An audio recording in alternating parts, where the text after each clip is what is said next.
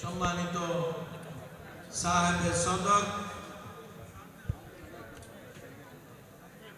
মঞ্চ উপবিষ্ট আজকের এই মাহফিলের সম্মানিত প্রধান আলোচক, সুদূর ঢাকা থেকে আগত বিশিষ্ট ইসলামী চিন্তাবিদ, ইসলামী গবেষক ও মুফাসসির কুরআন, কারণ জাতিত আলেমে দ্বীন,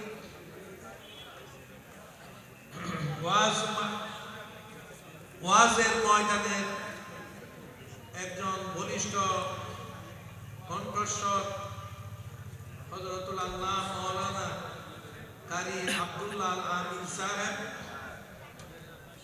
মঞ্চ উপবিষ্ট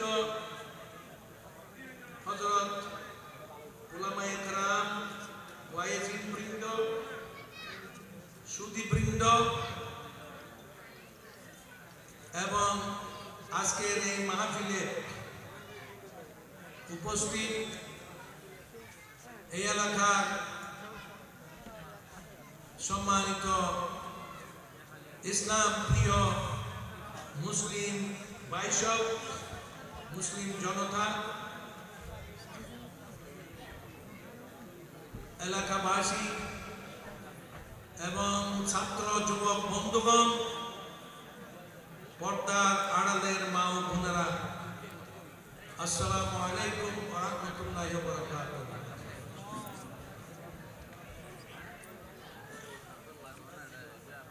আল্লাহ তাআলার দরবারে শুকরিয়া, লাখো কোটি শুকরিয়া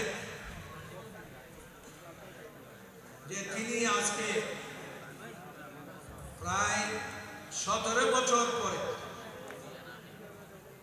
এই তাফসীরুল কুরআন মাহফিলের আয়োজন করার সুযোগ এবং পরিবেশ দান করেছেন।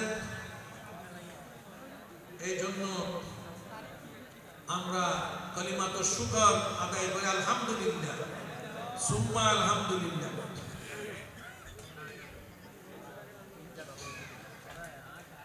দরুদ এবং সালাম পেশ করছি জনাবে মুহাম্মদুর রাসূলুল্লাহ সাল্লাল্লাহু আলাইহি ওয়াসাল্লামের প্রতি, যিনি বিশ্ব মানবতার মুক্তিদূত, মুক্তির দিশারি, যিনি আল্লাহ তাআলার পক্ষ থেকে আমাদের জন্য জীবন বিধান নিয়ে এসেছেন, যিনি মানবতার মুক্তি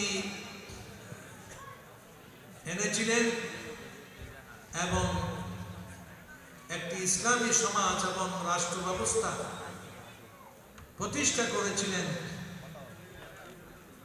সেই দু জাহানের সর্দার, খাতামুন নবীয়্যিন, সৈয়দুল মুরসালিন জনাব মুহাম্মদুর রাসূলুল্লাহ সাল্লাল্লাহু আলাইহি ওয়াসাল্লামের প্রতি দরুদ এবং সালাম পেশ করি।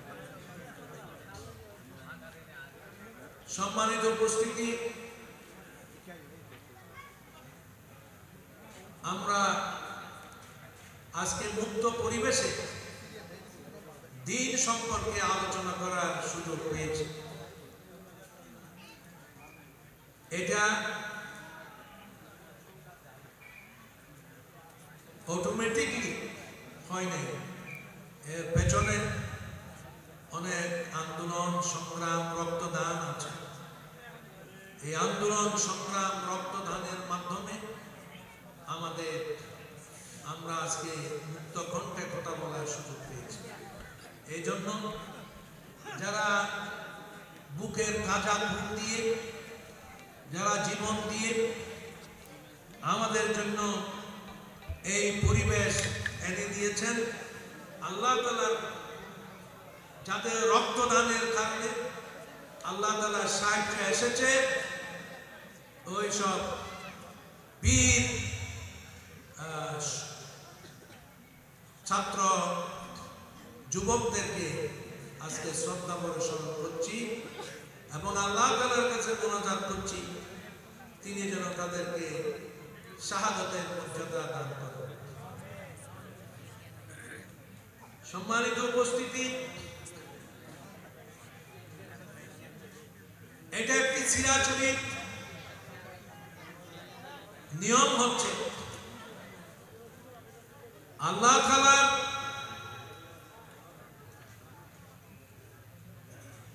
সুন্নাহ হচ্ছে যখন পৃথিবীতে স্বৈর শাসকরা দেশে দেশে বিপর্যয় সৃষ্টি করে, ফাসাদ সৃষ্টি করে, মানুষের উপর অত্যাচার নির্যাতন করে, মানুষের অধিকার নিয়ে চিনিমিনি খেলে এবং আল্লাহ তাআলার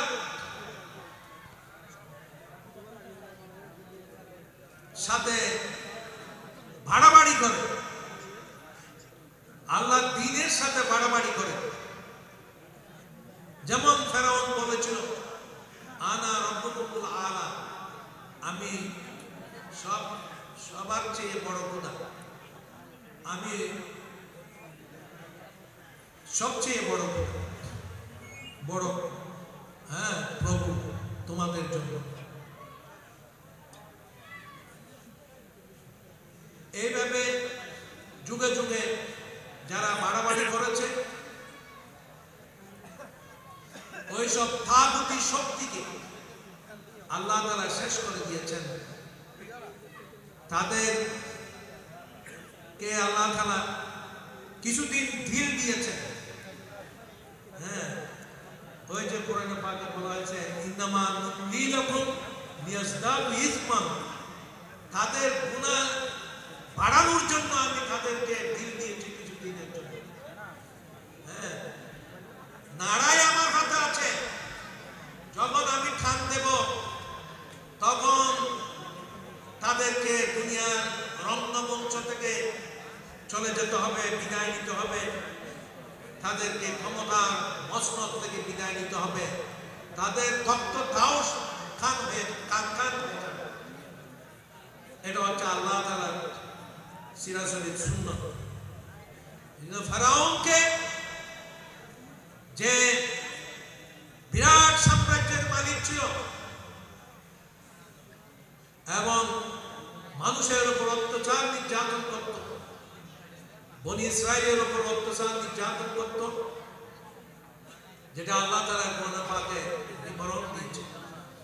সময় কম, এগুলো বিস্তারিত বর্ণনা করা সম্ভব নয়। সূরা বাকারার শুরুতেই আছে ইউসুমুনাকুম সুআল আযাবি ইউযাব্বিহুনা আবনাকুম ওয়া ইস্তাহইয়ুনা নিসাআকুম। যারা পুরুষ হয়ে জন্ম নিত তাদেরকে হত্যা করত এবং নারী হয়ে যারা জন্ম নিত তাদেরকে সে বাঁচিয়ে রাখত। কত অত্যাচার করেছে এইভাবে, কিন্তু আল্লাহ তাআলার মায়ের থেকে রেহাই পায়। এটা কথা আছে আল্লাহর মায়ের দুনিয়ার মায়ের, যখন আল্লাহ তাআলার মায়ের এসে থাকে আর রক্ষা নেই। মূসা আলাইহিস সালাম যখন আল্লাহ তাআলার হুকুমে বনি ইসরাইল জাতিকে নিয়ে ওই সিনাই উপত্যকায় যাওয়ার জন্য রওনা হলেন, তখন মূসা আলাইহিস সালাম তার বনি ইসরাইল জাতিকে নিয়ে চলতে চলতে লোহিত সাগরের পাড়ে গিয়ে বসলেন। ওদিকে দেখা যাচ্ছে ফজরের সময় রাত্রে রওনা করেছে হযরত মূসা আলাইহিস সালাম। ফজরের আলো দেখা যাচ্ছে, আলোতে দেখা যাচ্ছে এই ফেরাউন তার সৈন্য সামন্ত নিয়ে, তার সুসজ্জিত বাহিনী নিয়ে পিছনে পিছনে চলে আসতেছে। মূসা আলাইহিস সালাম চিন্তা করতেছেন আজকে তো আমরা ধরা পড়ে গেছি। তৎকালীন সময়ে ৫-৬ লক্ষ বনি ইসরাইল জাতি গোষ্ঠী। আল্লাহ তাআলা বললেন তুমি লাঠি দিয়ে আঘাত করো সমুদ্রে। লাঠি দিয়ে আঘাত করার সাথে সাথে সমুদ্রের মাঝখানে শুষ্ক পথ হয়ে গেল।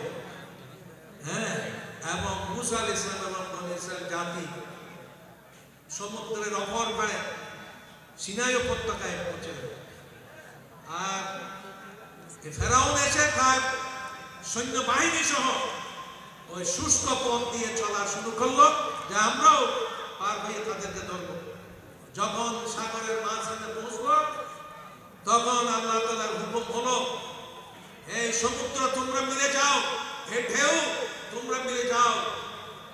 এবং মিলে যাওয়ার সাথে সাথে সমুদ্রে তারা ডুবে পড়ল। এটাই আল্লাহ তাআলা বলেছেন যে ওয়াইদা ফারাদনা বিকুমুল বাহারা ওয়াইদা ফারাদনা বিকুমুল বাহারা ফানজাইনাকুম ওয়া আগরাকনা আলা ফিরাউনা ওয়া আনতুম তানজুরুন। সেই সময়ের কথা স্মরণ করো যখন আমি তাদের জন্য সমুদ্রকে দ্বিধা বিভক্ত করেছিলাম এবং বনী ইসরাইল জাতিকে ফেরাউনের কবল থেকে রক্ষা করেছিলাম, আর ফেরাউনকে তার সুসজ্জিত সেনাবাহিনী সহ ডুবিয়ে মেরেছিলাম। শেষ তোমরা সমুদ্রের অপর পাড়ে দাঁড়িয়ে তা দেখছি। সম্মানিত উপস্থিতি, যে এইভাবে নমরুদ তাকে মশা বাহিনী দিয়ে শেষ করে দেওয়া হয়েছে। হ্যাঁ, যুগে যুগে যারা বাড়াবাড়ি করেছে পৃথিবীতে, এটা তো আপনারা ইমাম সাহেব সূরা ফজর তেলাওয়াত করেন নামাজে, এই ফজরের সূরা ফজরের শুরুতেই আছে। হ্যাঁ, যে যারা বাড়াবাড়ি করেছে তাদের উপর আল্লাহর মায়ের এসেছে। এই বাংলাদেশেও স্বৈর শাসকরা রেহাই পায় নাই। খাইয়ে দাও না, কম না। বাংলাদেশ যারা স্বৈর শাসক তারা রেহাই পাইয়ে নেয় ন ভাই। এই শেখ হাসিনারও পতন হয়েছে। এর আগে যারা স্বৈর শাসক ছিল তাদের পতন হয়েছে। আল্লাহ তাআলার কথা হচ্ছে লানাতুল্লাহি আলাল যালিমিন, জালেমদের উপর আল্লাহর লানত। আল্লাহ তাআলা বলেন না কোরআনে পাকে, লানাতুল্লাহি আলাল কাযিবিন, মিথ্যাবাদীদের উপর আল্লাহর লানত। এই স্বৈর শাসকরা মিথ্যাবাদী হয়, মিথ্যা ছাড়া তারা সত্য বলতে পারে না, তাদের কাছে সত্য নেই। মিথ্যার উপরে বক্তৃতা করে ঘন্টার পর ঘন্টা দাঁড়িয়ে, মিথ্যা মিথ্যা মিথ্যা, একটা সত্য তাদের বক্তৃতার মধ্যে নাই। এই কাযযাব, এই রাসূলুল্লাহ পাক ইসলামের হাদিস শরীফে এসেছে, যারা কাযযাব শাসক, মিথ্যাবাদী শাসক, তাদের চেহারার দিকে আল্লাহ তাআলা কিয়ামতের দিন তাকাবেন না, তাদেরকে মাফ করবেন না, তাদেরকে পবিত্র করবেন না এবং তাদের সাথে কথাবার্তা বলবেন না। এটা রাসূলুল্লাহ সাল্লাল্লাহু আলাইহি ওয়াসাল্লাম সহিহ হাদিস বুখারী শরীফে আছে। এই মিথ্যাবাদী শাসকের পরিণতি এ ধরনের হয়ে থাকে। আর লানাতুল্লাহি আলাল মুতাকাব্বিরিন, দাম্ভিক অহংকারীদের উপর আল্লাহ লানত। যারা দাম্ভিকতা প্রদর্শন করেছে, অহংকার প্রদর্শন করেছে, সত্যকে পদদলিত করেছে, ন্যায়কে পদদলিত করেছে, তাদের উপর আল্লাহ লানত এসেছে। সম্মানিত উপস্থিতি, আর একটা কথা এখানে আমরা বুঝতে পারলাম যে আল্লাহর সাহায্য অতি নিকটে। আল্লাহর সাহায্য কখন যে এসে যাবে আপনি কল্পনা করতে পারবেন না। অনেকে বলেছিল অমুকের মনে হয় পতন নেই, হ্যাঁ, তার ওষুধ পিছু হচ্ছে না কেন, হ্যাঁ বলেছেন, কিন্তু প্রথম যে কিভাবে এসেছে, হ্যাঁ 5 তারিখ 10টা 11টা পর্যন্ত কেউ আশ করতে পারবে পেরেছে। বন্ধুগণ এসে গেছে, শেষ পর্যন্ত পালাতে হয়েছে। যা হোক, এইসব বক্তৃতা আজকের মঞ্চে নয়। আমি বলছিলাম ওইটাই যে আল্লাহর সাহায্য অতি নিকট। নসরুম মিনাল্লাহি ওয়া ফাতহুন কারীম ওয়া বাশশিরিল মুমিনিন ওয়ালা তাহিনু ওয়ালা তাহজানু ওয়া আনতুমুল আ'লাউনা ইন কুনতুম মুমিনিন। আল্লাহ তাআলা বলেছেন, যদি তোমরা সত্যিকার ঈমানদার হও তাহলে তোমরা সাহায্য পাবে, সাহায্য আসবে। তোমরা হতাশ হইও না, চিন্তা করো না। বন্ধুগণ, আজকে আমার সময় শেষ হয়ে গেছে। আজকে আমাদেরকে এখন চিন্তা করতে হবে আমরা কি করব, আমাদের করণীয় কি। আল্লাহ তাআলা তো এই পরিবেশ আমাদের মধ্যে সৃষ্টি করে দিয়েছেন। আমাদের করণীয় আমাদের করণীয় হচ্ছে নিজেদেরকে তৈরি করতে হবে। আল্লাহ তাআলা সুযোগ দিয়েছেন, এখনো যদি আমরা নাফরমানির মধ্যে থাকি তাহলে এই সুযোগ হাতছাড়া হয়ে যাওয়ার সম্ভাবনা আছে, আছে কিনা? এই জন্য নিজেদেরকে বদলে যেতে হবে। বন্ধুগণ, এই যে একটা আয়াত তেলাওয়াত করেছি শুরুতে, ইয়া আইয়ুহাল্লাযীনা আমানু তাকুল্লাহা হাক্কা তুকাতিহি ওয়া লা তামুতুন্না ইল্লা ওয়া আনতুম মুসলিমুন। হে ঈমানদার লোকেরা, তোমরা আল্লাহ তাআলাকে ভয় করো যেভাবে তাকে ভয় করা উচিত, দায়িত্ব, এবং তোমরা মুসলমান হয়েই মৃত্যুবরণ করো। আমাদেরকে মুসলমান হয়েই মরতে হবে। হ্যাঁ, আল্লাহ তাআলা বলছেন যে মুসলমান না হয়ে আমার কাছে আসিও না। এখন আমরা কখন মরব আমরা জানি, কখন মরব আমরা জানি। তাই মৃত্যু যে কোনো সময়ে এসে যেতে পারে, কেমন ঠিক না? এটার জন্য প্রস্তুতি নিতে হবে কিনা? প্রস্তুতি হচ্ছে কি মুসলমান হয়ে যেতে হবে। হ্যাঁ, হয়তো আর আবার মুসলমান নয় নে, আর দাদা মুসলমান, আর বাপ মুসলমান। হ্যাঁ, দাদার নাম আব্দুর রহিম, আর বাবার নাম আব্দুল মাহমুদ, আর নাম নাসিরউদ্দিন, আর মুসলমান। আমরা নামের মুসলমান হলে হবে না, নামের মুসলমান হলে নইব, নাম খাওয়াস্ত নয়, খাম খাওয়াস্তে কামের মুসলমান হতে হবে। বন্ধুগণ, কামের, এই জন্য আমাদেরকে কোরআনের কাছে আসতে হবে। কোরআন শরীফ এটা আল্লাহ তাআলার আখেরি কিতাব, আর কোন হেদায়েতের কিতাব কিয়ামত পর্যন্ত আসবে না। আসবে কোন নবীও আসবে না। যে কিতাব এসে গেছে, এই কিতাবকে পড়া, জানা, বুঝা আমাদের উপর ফরজ, কেমন ঠিক না? তলাবুল ইলমি ফরিদাতুন আলা কুল্লি মুসলিম ওয়া মুসলিমাতিন আও কামা ক্বালা আলাইহিস সালাতু ওয়াস সালাম। ইসলাম সম্পর্কে জানাটা আমাদের উপর ফরজ। এখন আমরা কোরআনকে জুস্তান বেজে গরম মাঝে জুস্তান কয়টা দিবে রে? ইবে বাদিওর রায় দি মাসার পর কোরআন শরীফ দেখতে মানুষ মারা যায় তখন একটা তেলাওয়াত করি, বা পতাকান ফনিকা তো ওসময় দর্শক করি। এগুলো কোরআনের সাথে সম্পর্ক। কোরআনকে জানতে হবে, পড়তে হবে, বুঝতে হবে, এবং কোরআনের হেদায়েত নিতে হবে, এবং কোরআনকে আমাদেরকে কোরআনের উপর আমল করতে হবে। হ্যাঁ, এবং কোরআনের ভিত্তিতে সমাজ তৈরি করার জন্য আমাদেরকে প্রস্তুত হতে হবে। হ্যাঁ, আমরা কোরআনের সমাজ সব না। হ্যাঁ, কোরআনের সমাজ মানি যেড়ে দুর্নীতি নথাইব, সাদাবাজি নথাইব, দখলবাজি নথাইব, হ্যাঁ, সন্ত্রাস নথাইব, জুলুম নথাইব, হ্যাঁ, লাঞ্ছনা গঞ্জনা নথাইব। এবার দেখি কোরআনের সমাজ, এবং যেখানে কোন রাহাজানি দর্শন থাকে, এই সমাজ তৈরি করতে হবে যদি আমরা মুক্তি পেতে চাই। কেমন ঠিক কিনা বলুন? আনন্দাই ঐক্যবদ্ধ হইতে রাজি আসুন না। এই জন্য আল্লাহ তাআলা হয়েছে ওয়াতাসিমু বিহাবিলিল্লাহি জামিআন ওয়া লা তাফাররাকু।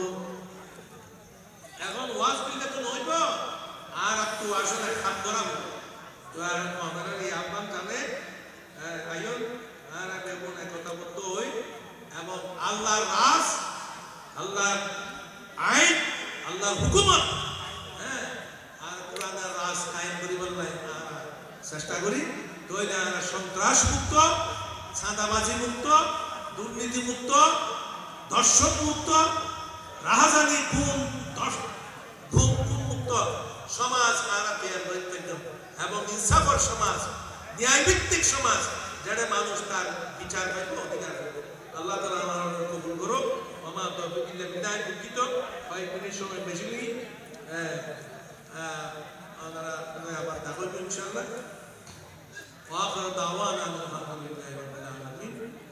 তৌফিক ইল্লা বিল্লাহ। আসসালামু আলাইকুম ওয়া রাহমাতুল্লাহ।